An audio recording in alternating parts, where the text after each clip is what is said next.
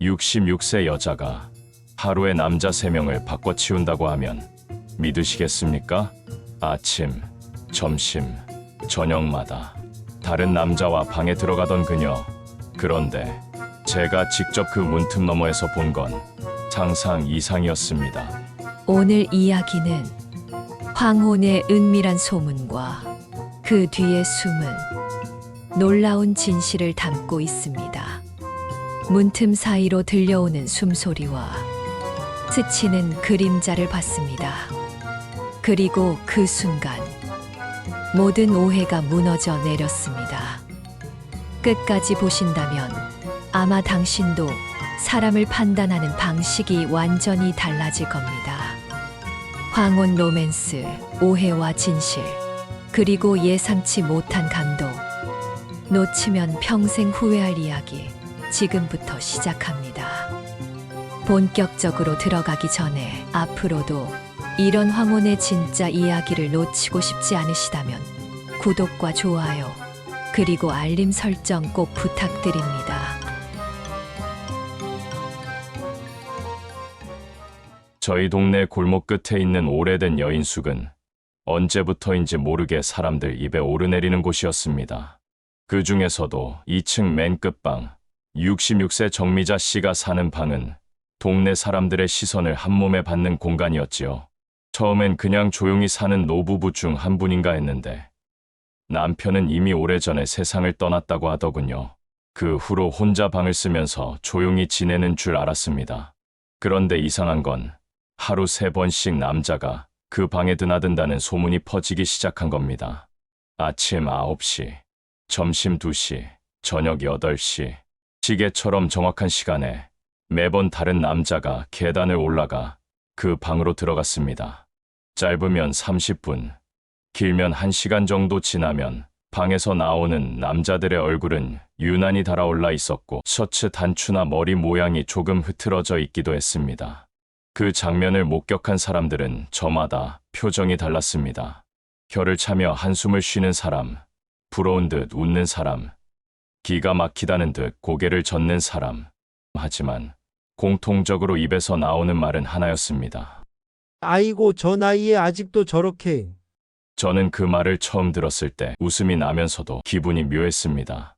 60이 넘은 나이에 하루에 3번씩이나 남자를 바꿔치운다니 믿기지 않는 이야기였지요. 물론 사람의 사생활이야 자유지만 한편으론 이 나이에 저렇게 사는 게 과연 괜찮은 건가 하는 생각이 들기도 했습니다. 저는 예전부터 조금 보수적인 성격이라 그런 소문을 들으면 괜히 마음이 불편해졌습니다. 게다가 그 여인숙이 제 집에서 불과 몇 분 거리에 있었으니 싫어도 눈에 자주 띌 수밖에 없었습니다. 소문은 시간이 지날수록 더 자극적으로 변했습니다. 어떤 이는 미자가 돈을 받고 남자들을 받는다고 했고 어떤 이는 오히려 남자들이 미자를 쫓아다닌다고 했습니다. 심지어 한번 맛보면 못 잊는다더라는 말까지 나왔으니 마치 젊은 시절 유흥가에서나 들을 법한 이야기들이 동네 어귀를 채우고 있었습니다. 저는 속으로 그 나이에 무슨 하고 중얼거리면서도 이상하게 그 시간대가 되면 저도 모르게 그 여인숙 쪽을 힐끗 보게 됐습니다. 어느 날 아침이었습니다. 평소보다 조금 일찍 집을 나섰는데 마침 시각이 9시를 향하고 있었습니다. 골목 모퉁이를 돌자 낯선 중년 남자가 서둘러 여인숙 문을 열고 들어가는 모습이 보였습니다. 저는 발걸음을 늦추고 그 광경을 지켜봤습니다.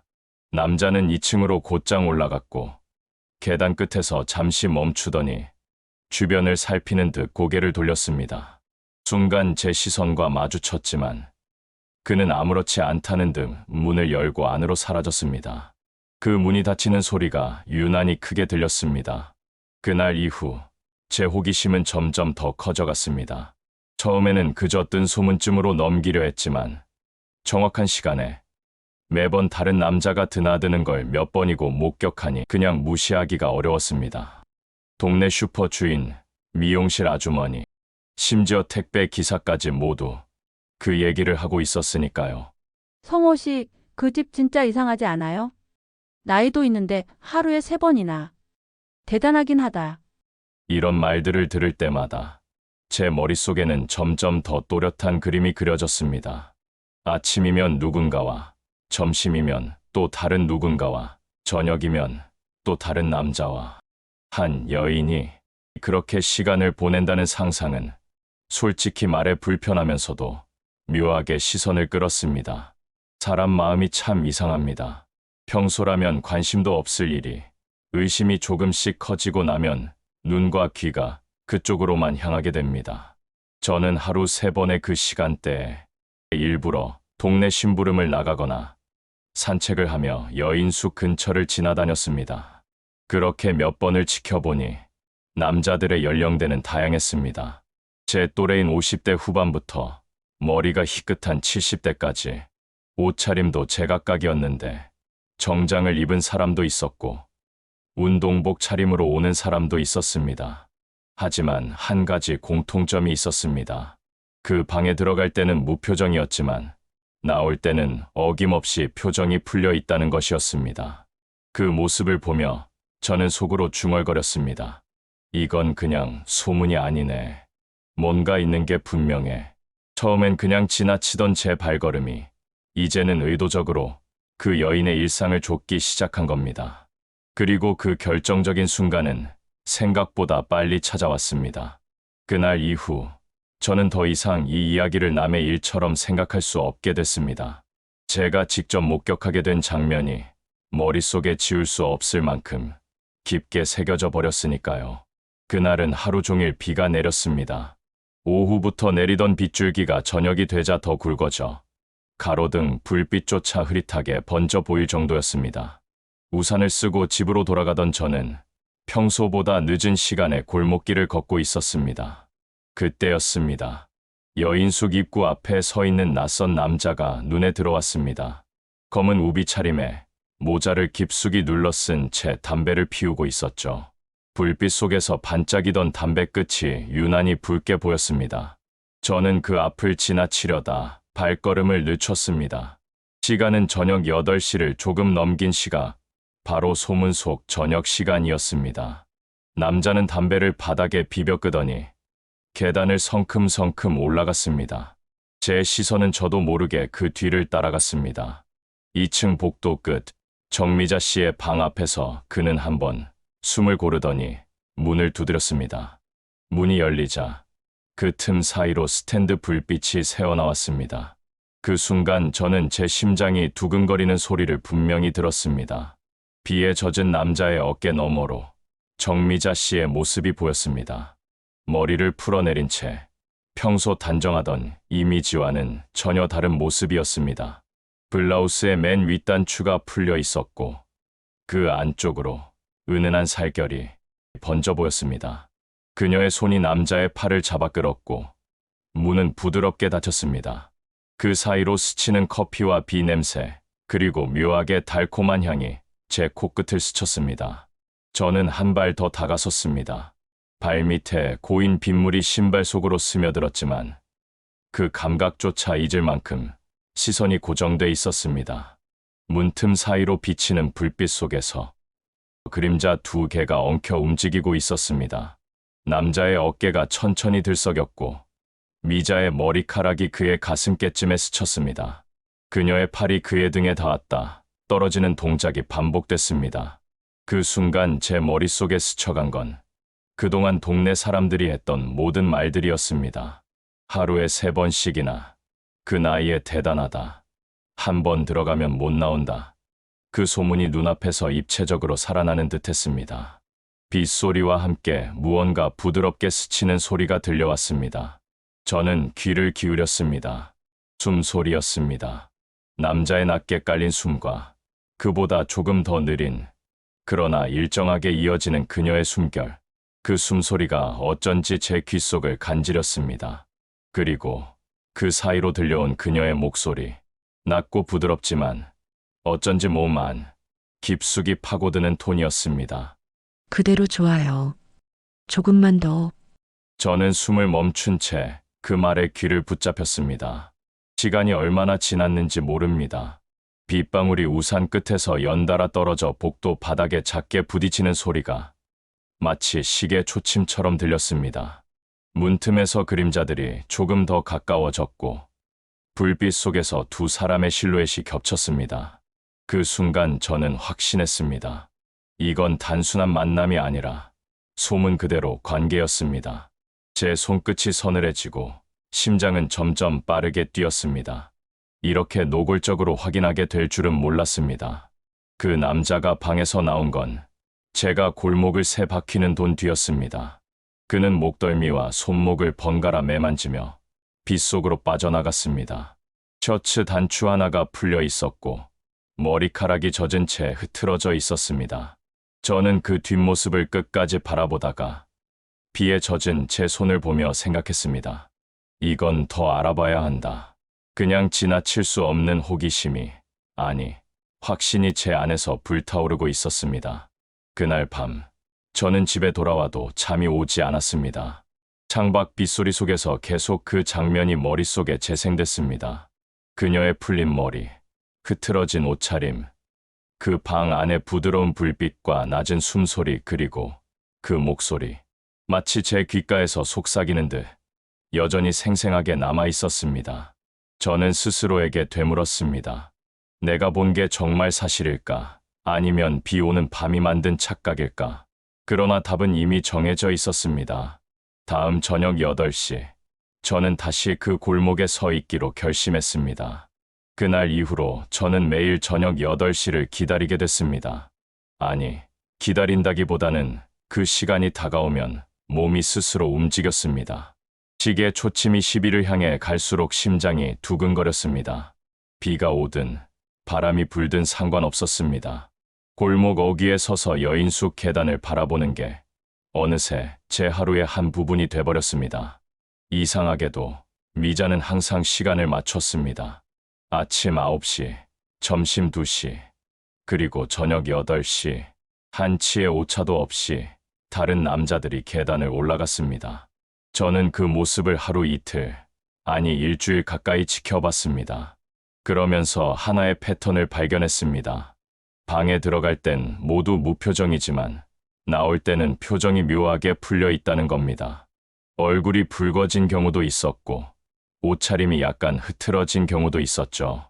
어떤 남자는 계단을 내려오며 바지를 슬쩍 축혀 올렸고 또 어떤 남자는 웃음을 감추지 못하고 휴대폰을 꺼내더군요. 그 모습을 보고 있노라면 머릿속에서 온갖 상상이 피어올랐습니다. 그 방 안에서 무슨 일이 벌어지는 걸까? 왜 굳이 하루 3번 다른 남자와? 이건 단순한 우연이 아니었습니다. 그동안 들었던 동네 사람들의 말이 점점 더 구체적인 그림으로 변해갔습니다. 아침은 이 사람, 점심은 저 사람, 저녁은 또 다른 사람. 이 소문이 그냥 헛소리가 아닐 수도 있다는 생각이 제 머릿속을 파고들었습니다. 어느 날 저녁, 저는 일부러 조금 일찍 골목에 나갔습니다. 가로등 불빛 아래 오늘의 저녁 남자가 나타났습니다. 검은 가죽 점퍼에 머리를 젖힌 듯한 남자였습니다.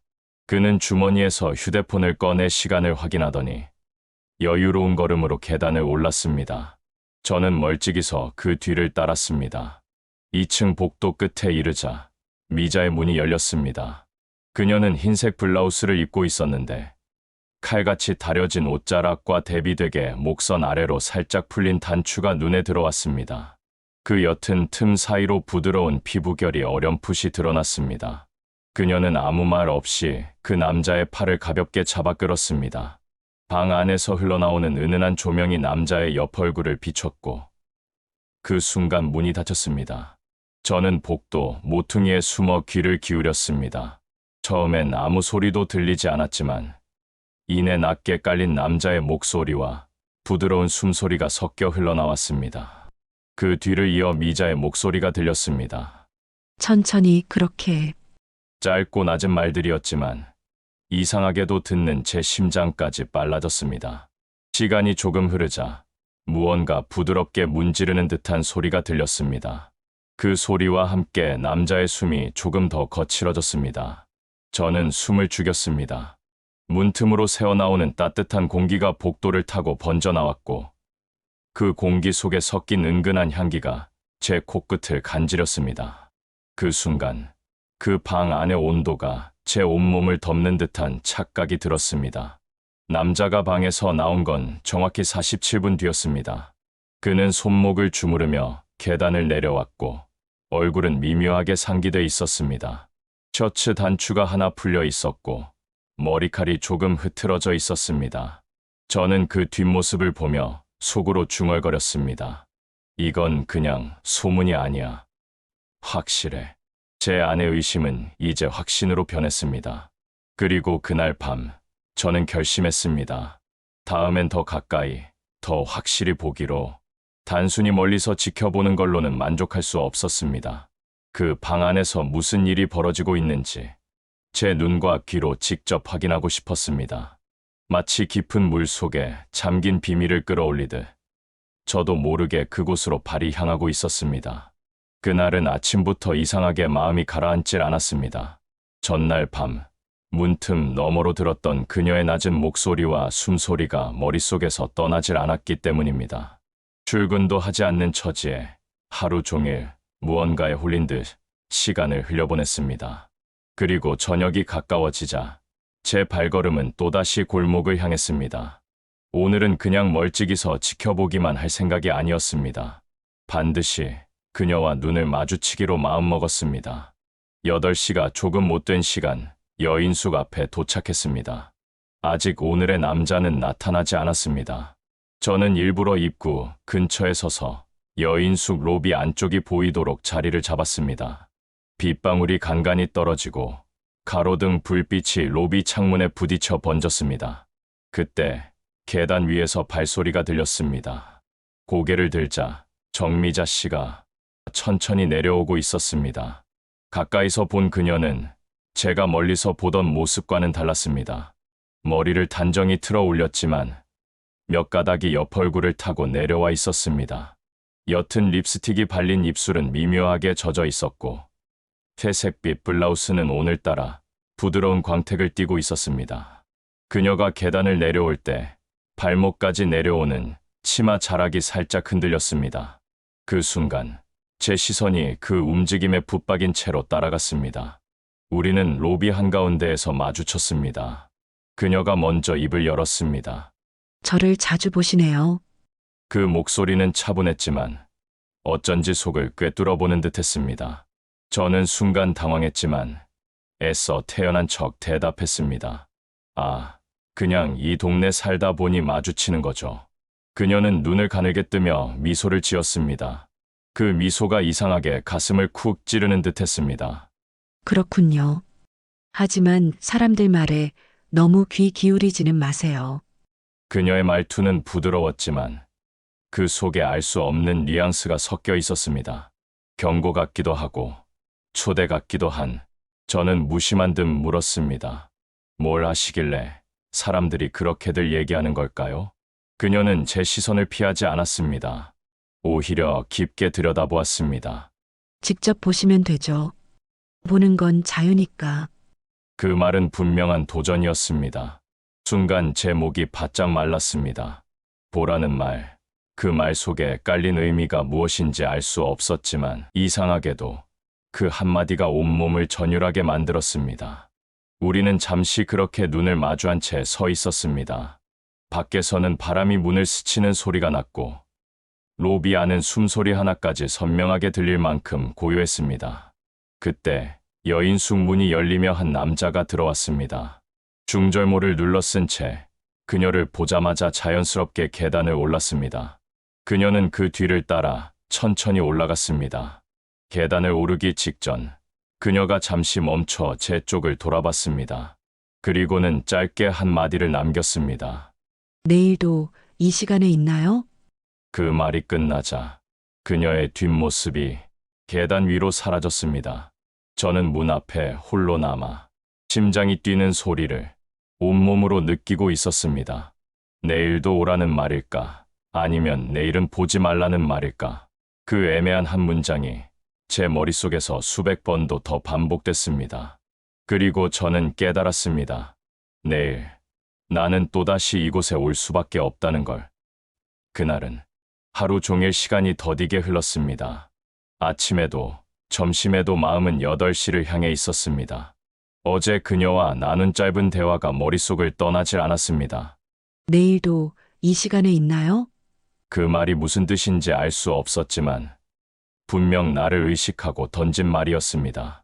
그 미묘한 뉘앙스가 자꾸만 내 발을 여인숙 쪽으로 이끌었습니다. 저녁 8시 골목에 도착하자 이미 문이 열려 있었습니다. 로비 안으로 들어서자 공기부터 달랐습니다. 습기가 묻은 바람 사이로 은은한 향이 감돌았습니다. 계단을 오르는 발소리가 위쪽에서 울렸습니다. 서두르는 발걸음 하나, 그리고 조금 뒤를 따르는 부드러운 걸음 하나. 저는 본능처럼 복도 끝 그녀의 방 쪽으로 향했습니다. 방 앞에 다다르자 문이 완전히 닫히지 않고 아주 살짝 열려 있었습니다. 그 틈새로 노란빛 조명이 흘러나왔고 안쪽에서 부드럽게 얽힌 그림자들이 벽에 비치고 있었습니다. 저는 숨을 죽이고 귀를 기울였습니다. 처음엔 희미한 바스락거림이 들렸습니다. 이불이 스치는 소리일까? 옷자락이 문질러지는 소리일까? 그 경계가 모호했습니다. 그리고 곧 남자의 낮게 깔린 숨소리가 들렸습니다. 일정한 리듬을 타다가 순간적으로 길어지는 호흡. 그 사이사이 그녀의 목소리가 스며들었습니다. 그대로 힘 빼세요. 네, 잘하고 있어요. 그 말투는 부드러웠지만 듣는 사람의 상상력을 자극하는 묘한 온도가 있었습니다. 저는 심장이 점점 더 빨라지는 걸 느꼈습니다. 문틈으로 보이는 그림자는 더 가까워졌습니다. 남자의 어깨가 크게 들썩이고 그녀의 손이 그의 등 위로 미끄러졌다가 내려가는 모습이 실루엣으로 스쳤습니다. 한쪽 팔이 남자의 목 뒤를 감싸는 순간 제 손바닥에 땀이 배어들었습니다. 문틈 사이로 스며나오는 공기가 유난히 따뜻했고 그 안에는 은근한 땀 냄새와 달콤한 향이 섞여 있었습니다. 시간이 흐르자 그 방 안의 리듬이 조금씩 빨라졌습니다. 숨소리와 옷자락 스치는 소리가 겹쳐지면서 복도에 서 있는 제 귀를 사로잡았습니다. 그 소리에 맞춰 제 호흡도 모르게 빨라졌습니다. 방 안에서 무슨 일이 벌어지고 있는지 눈으로 확인하지 않아도 충분히 상상할 수 있었습니다. 그러다 갑자기 모든 소리가 멈췄습니다. 숨소리도 움직임도 고요 속에서 제 심장 소리만 들렸습니다. 그리고 아주 낮게 그녀의 웃음이 새어나왔습니다. 길게 끌지 않는 짧고 은근한 웃음. 그 한 번의 웃음이 오히려 방금 전까지의 모든 소리보다 더 강하게 제 신경을 건드렸습니다. 잠시 뒤 남자가 문을 열고 나왔습니다. 셔츠 소매가 접혀 있었고 머리칼은 약간 젖어 있었습니다. 그는 어깨를 돌리며 오늘은 좀 오래 했네라는 말 같은 걸 중얼거렸지만 저는 그 말의 진위를 알 수 없었습니다. 그의 뒷모습이 계단 아래로 사라질 때까지 시선을 거둘 수 없었습니다. 그 문은 그대로 닫히지 않고 살짝 열린 채 남아 있었습니다. 안쪽에서는 조명이 여전히 켜져 있었지만 아무 소리도 들리지 않았습니다. 저는 그 틈을 오래도록 바라보다가 천천히 돌아섰습니다. 이제 제 안에는 더 이상 혹시 아닐지도 모른다는 여지가 남아있지 않았습니다. 이건 확실했습니다. 그리고 저는 더 이상 멀리서 지켜보는 것만으로는 만족할 수 없었습니다. 다음번에는 문틈이 아니라 바로 그 안으로 들어가서 확인해야겠다는 생각뿐이었습니다. 그날 저녁도 여느 때와 다르지 않았습니다. 저는 습관처럼 8시 전에 골목에 나와 여인숙 쪽을 지켜보고 있었습니다. 이미 제 마음속에는 확신이 자리 잡고 있었고 오늘도 그 장면이 반복될 거라 믿어 의심치 않았습니다. 그런데 이상하게도 그날은 남자가 나타나지 않았습니다. 분명 시간은 8시를 넘었는데도 계단은 조용했고 그녀의 방 문도 닫힌 채였습니다. 잠시 후 문이 열리더니 낯익은 얼굴이 복도에 나타났습니다. 며칠 전 저녁 시간에 본 키 큰 노인이었습니다. 그는 한 손에 지팡이를 짚고 다른 손으로 벽을 짚으며 천천히 걸어 나왔습니다. 그때까지도 저는 그냥 오늘은 나이가 많은 손님인가 보다 하고 생각했습니다. 그런데 그가 계단을 내려오다 제 옆을 스치며 말했습니다. 오늘도 덕분에 발이 좀 펴졌어. 그 말은 이상하게 제 귀에 오래 남았습니다. 발이 펴졌다니? 전날까지 제가 들었던 숨소리와 옷 스치는 소리, 그리고 그녀의 낮은 목소리와는 전혀 어울리지 않는 표현이었습니다. 저는 순간 발걸음을 멈췄습니다. 노인은 천천히 골목 모퉁이를 돌아 사라졌고, 저는 무심코 그의 발목과 걸음을 살폈습니다. 확실히 한쪽 다리를 조금씩 끌고 있었습니다. 호기심이 저를 이끌었습니다. 저는 아무도 없는 틈을 타 계단을 올랐습니다. 복도 끝, 그녀의 문이 반쯤 열려 있었고, 안쪽에서 은은한 조명이 새어나왔습니다. 방 안에는 젖은 수건이 개수대 옆에 놓여 있었고, 작은 전기 찜질기에서 아직 따뜻한 김이 피어오르고 있었습니다. 그리고 제 눈을 가장 붙잡은 건 테이블 위에 놓인 두꺼운 노트였습니다. 표지에는 재활 기록이라고 적혀 있었고, 빽빽하게 적힌 글씨 사이로 이름과 날짜, 그리고 어깨 스트레칭, 관절 운동 같은 단어들이 보였습니다. 그 순간 제 머릿속이 혼란스러워졌습니다. 분명 내가 들었던 소리와 봤던 장면들은, 그런데 왜 이런 것들이 여기 있는 걸까? 혹시 내가 그동안 본 게 전부 착각이었던 건가? 아니면 이건 단지 겉으로만 보이는 위장일까? 의심과 혼란이 뒤섞인 채 저는 발소리를 죽이고 방 안을 더 살폈습니다. 그때 부드러운 발걸음 소리가 복도 끝에서 다가왔습니다. 저는 반사적으로 문 옆에 몸을 숨겼습니다. 곧이어 그녀가 나타났습니다. 두 손에는 작은 약통과 온찜질팩이 들려 있었고, 숨은 조금 가빴지만 표정은 차분했습니다. 그녀는 방 안으로 들어가 찜질팩을 테이블 위에 내려놓고 약통 뚜껑을 열어 무언가를 꺼냈습니다. 그 동작이 너무도 익숙하고 자연스러워 저는 순간 제 호흡까지 잊었습니다. 그녀는 고개를 들어 창밖을 바라보다가 갑자기 문 쪽으로 시선을 돌렸습니다. 문틈 너머 우리 눈이 마주쳤습니다. 그녀의 입술이 살짝 움직였습니다. 언제까지 거기서 지켜볼 건가요? 그 목소리는 나지막했지만 제 심장을 묶어버리는 힘이 있었습니다. 그녀의 목소리가 복도에 부드럽게 번졌습니다. 언제까지 거기서 지켜볼 건가요? 저는 순간 발이 바닥에 붙은 듯 움직이지 못했습니다. 숨이 가빠졌고 심장이 규칙을 잃은 듯 두근거렸습니다. 그녀는 천천히 문을 더 열었습니다. 방 안의 조명이 한층 더 밝아졌고 그 속의 모습이 드러났습니다. 방 한쪽에는 작은 전기난로가 켜져 있었고 그 위에 덮어둔 수건에서 김이 피어올랐습니다.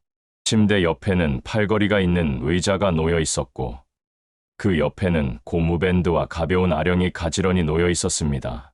벽에는 재활 운동 계획표가 붙어 있었고 날짜별로 체크 표시가 촘촘히 그려져 있었습니다. 그 순간 그동안 제가 봤던 그림자와 움직임 그리고 들었던 소리들이 전혀 다른 의미로 바뀌어 버렸습니다. 그녀는 의자에 약통을 내려놓고 고개를 들어 제 눈을 똑바로 바라봤습니다. 궁금했죠? 대체 내가 무슨 일을 하는지. 저는 목이 바짝 말라 제대로 대답하지 못했습니다. 그녀는 한숨을 길게 내쉬더니 조용히 말을 이었습니다. 저 사람들이 누군지 알아요? 대부분 중풍이나 사고로 몸이 굳은 사람들이에요. 하루에 3번 시간을 나눠서 재활 운동을 도와주죠. 그녀는 테이블 위에 놓인 두꺼운 노트를 펼쳐 보여줬습니다. 거기엔 각 환자의 이름, 나이, 병력, 운동 내용, 회복 정도가 빽빽하게 적혀 있었습니다. 페이지마다 볼펜 잉크색이 달랐고 오래된 페이지에는 손때가 묻어 있었습니다. 그녀의 손가락이 한 이름을 가리켰습니다. 아까 본 그 노인 6개월 전엔 팔을 전혀 못 들었어요. 지금은 어깨 높이까지는 올릴 수 있죠. 그 말 속에는 뿌듯함과 애틋함이 묘하게 섞여 있었습니다. 저는 멍하니 그 노트를 바라보다가 물었습니다. 그럼 사람들이 하는 얘기는 다. 그녀는 씁쓸하게 웃었습니다. 소문이요? 그냥 놔둬요. 내가 해명한다고 믿을 사람들이 아니거든요. 대신 그분들은 알아요. 제가 뭘 하는지, 왜 하는지. 그녀는 잠시 창밖을 바라보다가 낮은 목소리로 덧붙였습니다. 남편이 세상 떠난 뒤 혼자 살았어요. 그런데 병원비가 없어서 재활을 포기하는 사람들을 보니 그냥 모른 척이 안 되더군요. 간호조무사로 일하던 경험이 있으니 내가 할 수 있는 건 이것뿐이었죠. 그 말이 제 가슴을 쳤습니다. 그동안 제가 그렸던 모든 장면들이 부끄럽게 느껴졌습니다. 문틈으로 엿보던 그림자, 숨소리, 그리고 그녀의 손길. 그건 단순한 유혹이나 은밀한 행위가 아니라 아픈 사람의 굳은 근육을 풀어주는 치유의 손길이었습니다. 그녀의 방 안을 가득 채운 건 욕망이 아니라 오래된 약 냄새와 따뜻한 수건의 김이었습니다. 그녀는 다시 제 눈을 바라보며 말했습니다. 이 일 힘들어요. 하루 3번이나 하니까. 그런데도 계속하는 건 그분들이 웃는 걸 보면 그냥 멈출 수가 없어서죠. 그 순간 저는 왜 그녀가 소문을 해명하지 않는지 알 것 같았습니다.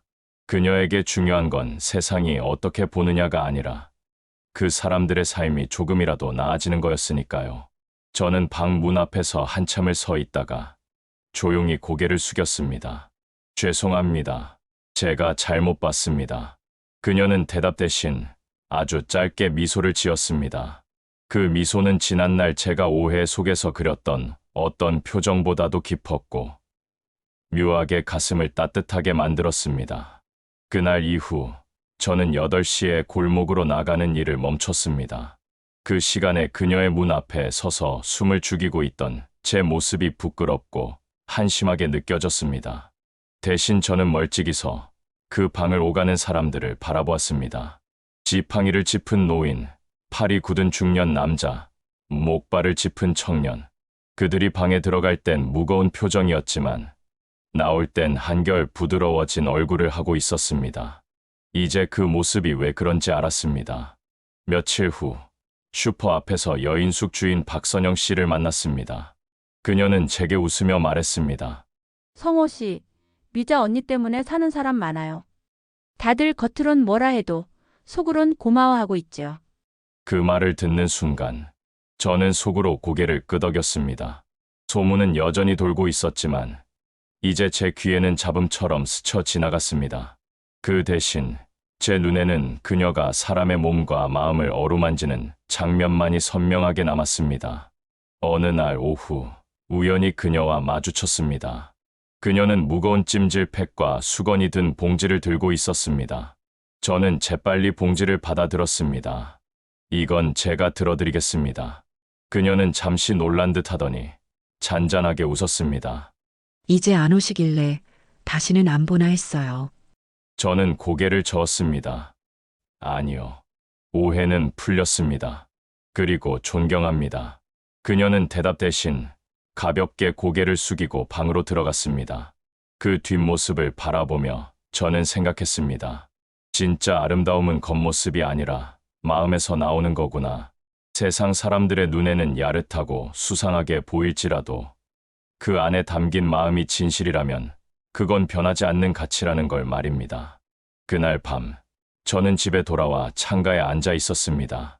여인숙 2층 끝방에서 희미한 불빛이 새어나왔습니다.